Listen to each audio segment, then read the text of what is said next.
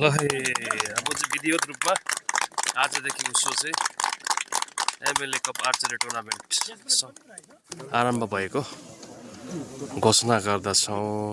Cash price त अब मैले जिम्मा लिएछु। फर्स्ट कार्य त मैले दिनै पर्यो होला, थुप्चीको पनि दिनै पर्यो नि त। थुप्ची काटेर पर्यो भने तिनवटा प्राइज पर्ने भयो आज मलाई।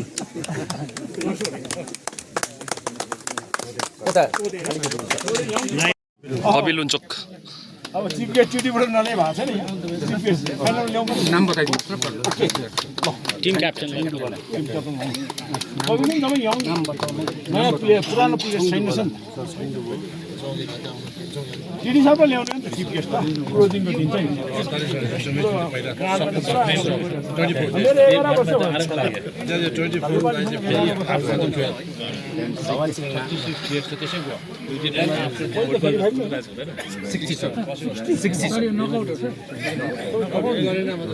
बरोड हो बाहिरको छैन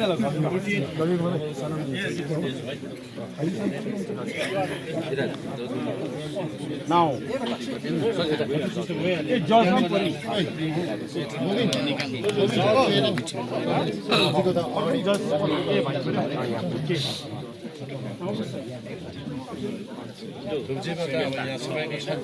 यहाँनिर इन्टर जेपियू एमएलए आर्चरी टुर्नामेन्ट 2026 आजबाट यहाँनिर सुरु भइसकेको छ भने आजको पहिलो खेल यहाँ कवि लन्चुक सिक्किम भर्सेस हाम्रो पश्चिम बङ्गालको सबैभन्दा कुना ठाउँ तोदेबाट पनि आर्चर्सहरू यहाँ आएर दुईवटा दलमा अहिले घमासान यहाँनिर उनीहरूको टुर्नामेन्ट भइरहेको छ र आजको हाम्रो मुख्य अतिथि हुनुहुन्थ्यो एरिया एमएलए कम सिक्किम राज्यको हटिकति बताइदिनुहोस् न।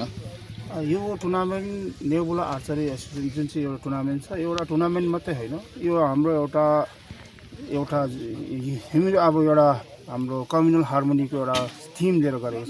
सो नेबुला भन्नाले नेपाली भोटे लाप्चेको हाम्रो एउटा संस्था एउटा समुदाय एउटा कमिटीको बनाएको छ जुन चाहिँ हाम्रो पुर्खाले बनाइलिएको थियो र जुन चाहिँ कुरा 1973देखिको यो कुरा चलिरहेको हो र 1986देखिको रेजिस्ट्रेसन भइसकेको छ। सो आज आएर यो टुर्नामेन्ट हाम्रो थ्राइस टाइम हुँदैछ र यस टुर्नामेन्टमा हामी के गर्व मान्छौँ भने यस टुर्नामेन्टबाट हामीले सिक्किमलाई मात्रै होइन हामीले इन्डियालाई पनि रिप्रेजेन्ट गर्दछौँ। जस्तै यहाँ हाम्रो सोनाम भोटियाजी हुनुहुन्छ उहाँ जसले अहिले इन्टरनेसनल आर्चरी कोच हुनुहुन्छ। सो त्यसले गर्दाखेरि हामी यो कुरालाई गर्दा आज यस हाम्रो यस सानो टुर्नामेन्टलाई अब मन्त्री महोदयले जुन चाहिँ प्रकारले हामीलाई समर्थन दिनुभयो सपोर्ट गरिदिनु भयो यो कुराले गर्दाखेरि चाहिँ आउने हाम्रो भावी पिँढीहरूले चाहिँ ड्रग्सपट्टि नजाओस् र एउटा स्पोर्ट्स स्पिरिट आओस्।